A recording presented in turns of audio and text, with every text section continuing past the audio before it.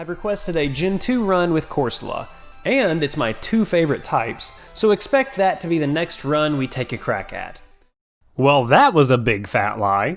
I know I said Corsola was going to be the next video, but I wanted to do this one. Just cuz. That's it. Simple as that. I thought it was going to be an easy run too, but it actually turned out to be very difficult. I did this run in yellow as opposed to red or blue just to mix it up a little, and I think it would be easier in those games, but I'll explain why when I get to the parts that cause the most trouble. Lapras' stats are very good, with the exception of the very poor speed stat. There's only 11 Pokemon in Gen 1 with more or the same base stat total, so one lackluster stat is nothing to be too bothered by. The moveset for Lapras is incredibly varied, and since my attack and special are better than average, I can take advantage of the physical and special moves here. Let's take a look at the rules. I will only be using Lapras in battle. HM users will be on the team, but never see battle. No items inside battle. And I won't be evolving Lapras. Y'all, I still see comments saying I've made a mistake saying I won't evolve a Pokemon that can't. Even on the videos where I have made the joke incredibly obvious. Of course, now I'm just opening myself up to comments about it. But you know what they say about comments in the YouTube algorithm.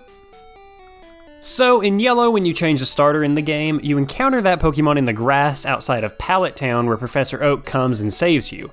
And I just love the idea of a giant Leviathan casually strolling through a grassy field. Well, would you look at that? Susie, no!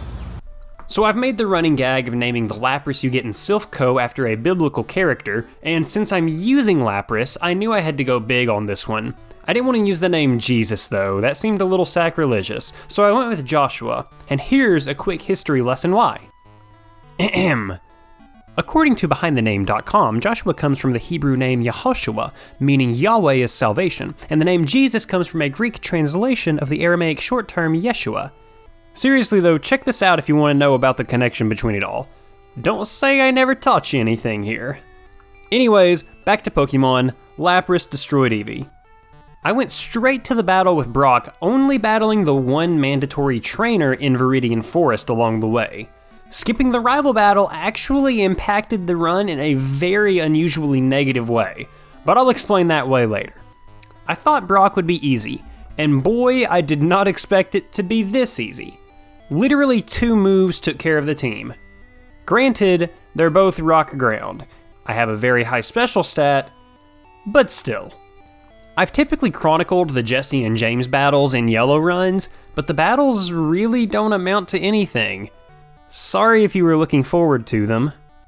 The rival battle before Nugget Bridge was a little tough in all honesty. I was super underleveled and lost about half of my health from Spearow.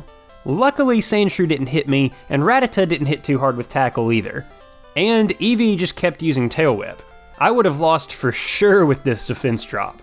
The only damaging move I had to use on Misty was Water Gun, but I had learned Sing recently, so even though I couldn't hit hard, I could stall.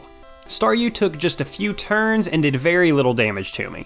Starmie hit a little harder, but I just used the same strategy as I did before. Misty used an X-Defend too, which didn't impact the battle at all luckily. My water gun did so little damage though that I was a little worried about running out of water guns. But I won without too much heartache. The next rival battle was significantly easier now that I had Bubble Beam and Body Slam. Except I didn't even use Body Slam in the entire battle. But having it as an option was nice to add on to Lapras. Lieutenant Surge's battle was rough. 5 levels lower stunk, and first turn Raichu had a critical Mega Kick that took me to yellow health. Next turn Surge used an X speed. I kept using Body Slam, hoping for the paralysis chance. Then Raichu missed Mega Kick, and I beat Surge first try. One Thunderbolt would have stopped me. Also, I totally lied about the battle being rough. I won first try. Didn't expect that at all. I grabbed the Ice Beam TM and took on Erica next. I froze Tangela on the first turn, so it was done for. Weepinbell hit a critical Razor Leaf and took 80 HP away. I was a little shocked, even with the crit. And then Gloom could have ended me, but she used a Super Potion, giving me the edge. This was a surprising one-try win as well. I was poisoned from the Jesse and James battle before Giovanni and the Rocket hideout. So I took Giovanni on afflicted with this sickness. But he had 2 types that I was super effective against, and a Persian, so I felt good about my chances. I lowered Persian's speed and then took it out with Bubble Beam. I never anticipated this one being tough, and it's just nice to be reassured. The rival battle in the Pokemon Tower was still nothing, but this was when I found the bane of my existence. Magnemite. Just wait. This little dude becomes a pain down the road.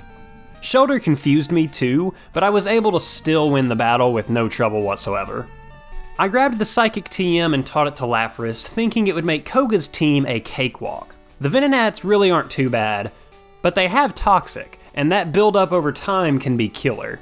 And the last Venonat has Psychic, which lowered my special in the first attempt. And Venomoth has Psychic also, and Double Team. Just a grand slam of awful.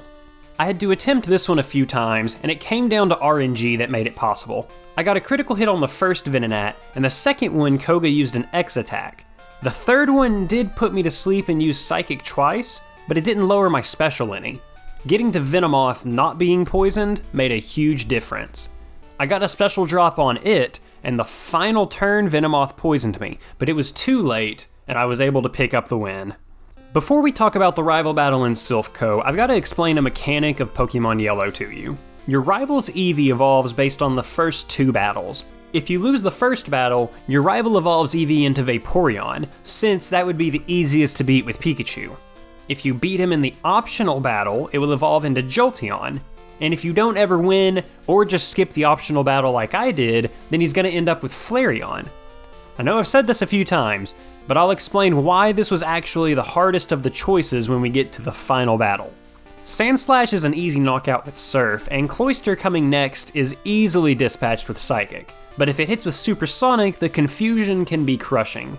Magneton is the worst thing in the world. I only beat it here because I paralyzed it with Body Slam. Thundershock, even with its low power, hits way too hard. Kadabra is an easy KO with Body Slam though, and Flareon surprisingly survived Surf and hit with Ember, but that barely did anything, and then I took it down. Giovanni's second battle wasn't tough either. Psychic handled Nidorino with no problem, and Body Slam made sure Persian couldn't do too much to me. And Rhyhorn and Nidoqueen both went down to Surf in one hit. Sabrina probably should have been a harder battle than it was. Abra lowered my accuracy first turn with Flash, but the terrible defense of this line made it so Body Slam did more than enough damage. I missed about 4 attacks in this battle, but Alakazam and Kadabra only used Psywave. Psywave in Gen 1 does a random amount of damage, and I got incredibly lucky with it only doing small bits of damage along the way. I actually lost the very first battle against Blaine, but that was because I got hit with Confuse Ray, and pair that with Flamethrower, and Lapras just couldn't cut it. The very next try, Lapras hurt itself in confusion again, but Ninetales kept using Tail Whip. Rapidash used Growl instead of taking me out for 2 turns, and as long as Arcanine didn't use any physical moves, I was in the clear.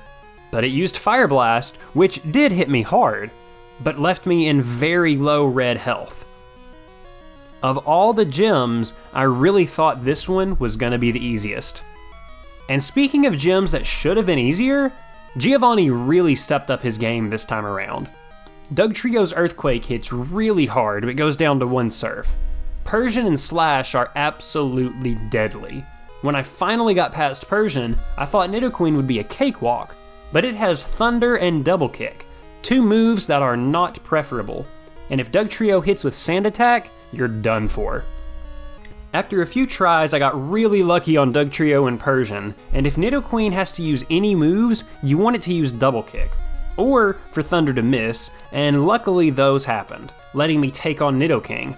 Nidoking has Thunder too, that hit, taking me to 12 HP. Luckily, Rhydon was a one-shot.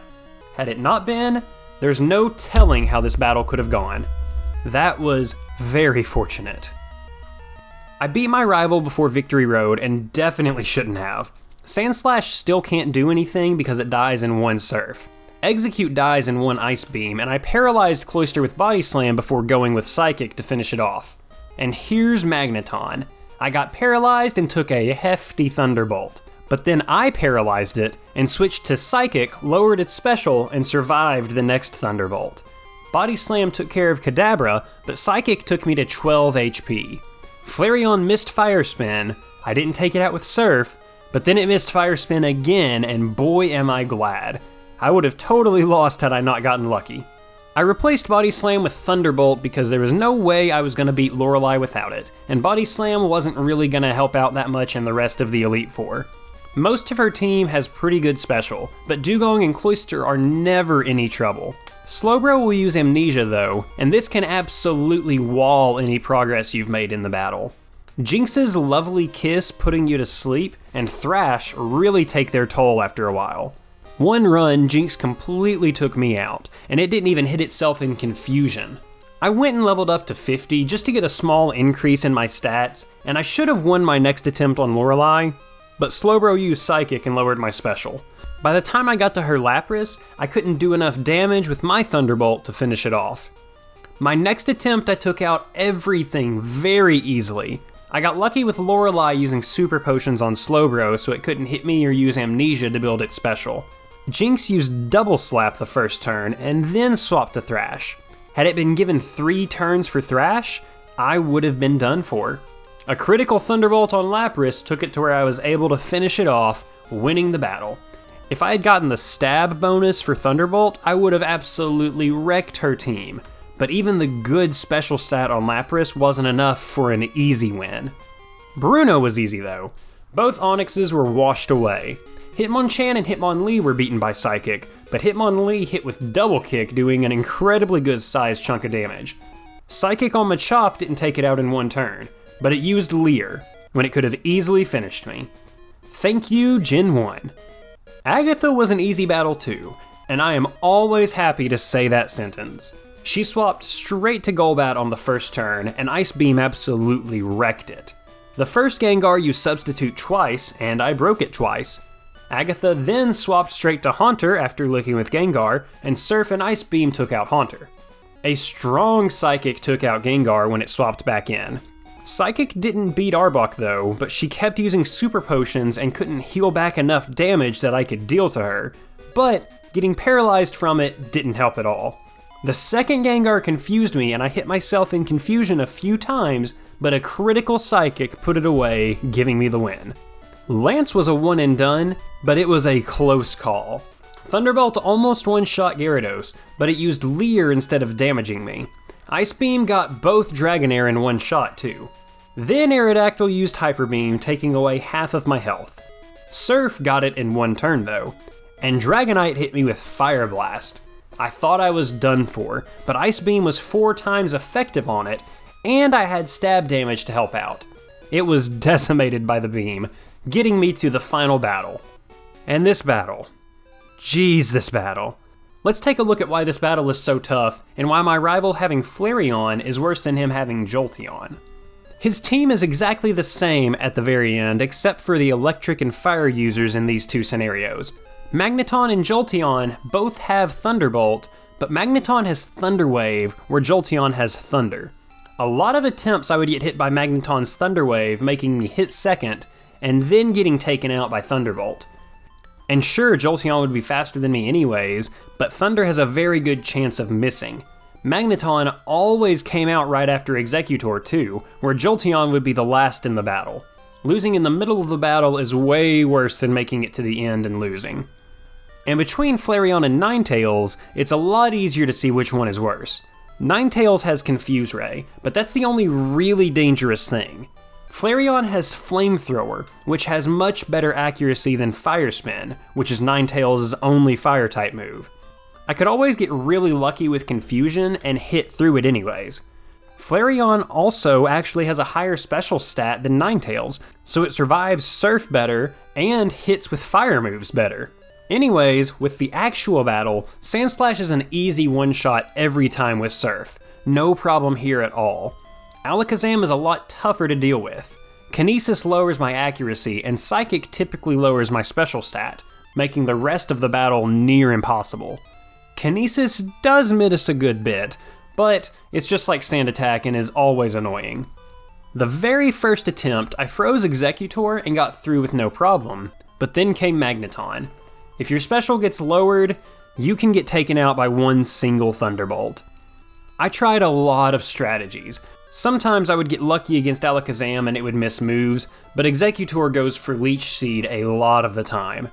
Also, I write my scripts after the video. I just found out something terrible. Just watch. This is an hour and 46 minutes of nothing. Because I didn't have OBS recording the right screen. Look at that, nothing.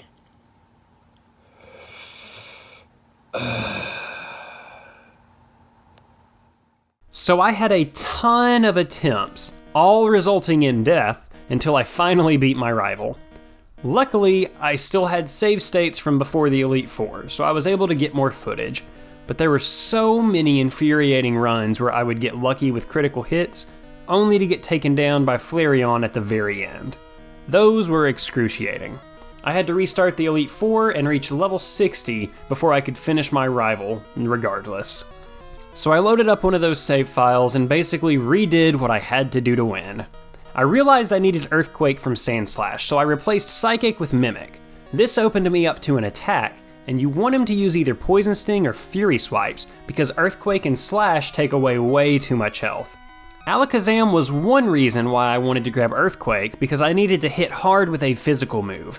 Alakazam hit with Psybeam, took an Earthquake, then lowered my special with a Psychic before it went down. With my lowered special, I was worried about the rest of the battle.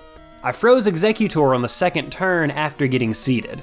Magneton was the other obvious reason for getting Earthquake, but I had never seen this before, and a high roll Earthquake took it down.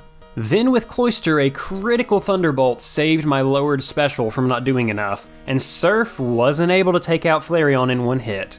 It went for Fire Spin, missed, and I drowned it next turn. And I feel so defeated not having the original footage of this battle.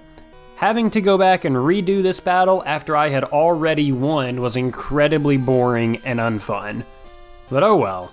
Yeah, you can beat Pokemon Yellow with Lapras, but it was shockingly difficult. I really thought Lapras would be on the easier side.